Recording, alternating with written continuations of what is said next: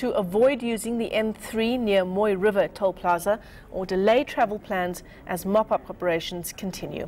The highway was the scene of protests on Sunday, that's yesterday. Angry truck drivers went on a rampage, torching 23 trucks and looting 18 others. The drivers are protesting against the employment of foreign nationals. Our absolute priority is to get it opened during the course of the day today. It's very difficult indeed to give a precise time frame, but it's obviously tomorrow we're expecting to be extremely busy. What we are recommending to motorists right now is to delay travel because in fact the N3 is entirely closed at the moment due to those recovery and cleanup operations. But so number one, we are advising motorists to delay travel at the moment. If they absolutely have to get back to Gauteng today, to take an alternative route, which could entail, for instance, taking the N2 up the coast and then travelling around to Gauteng that way. Alternatively, to travel from Pietermaritzburg via the towns of Greytown and Weenan to rejoin the N3 at Escort. But those are long deviations, and the best advice then might be to motorists delay travel, follow our Twitter handle, that's at N3 route, or else follow our 24/7 helpline 0800 63 4357, and we will be giving updates on a continuous basis for motorists to see when we are able to reopen the road.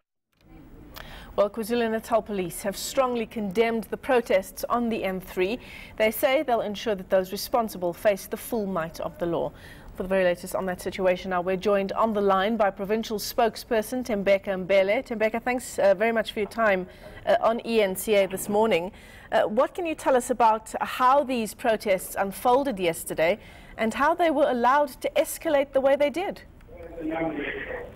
What I can tell you is that yesterday the protest started just after 7 in the evening.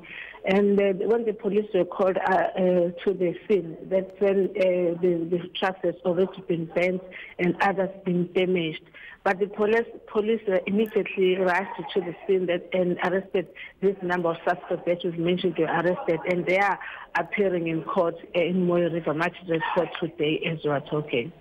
So Thembeka, this area there on the N3, it's the exact same place where those protests, also involving truck drivers, took place over the Easter weekend?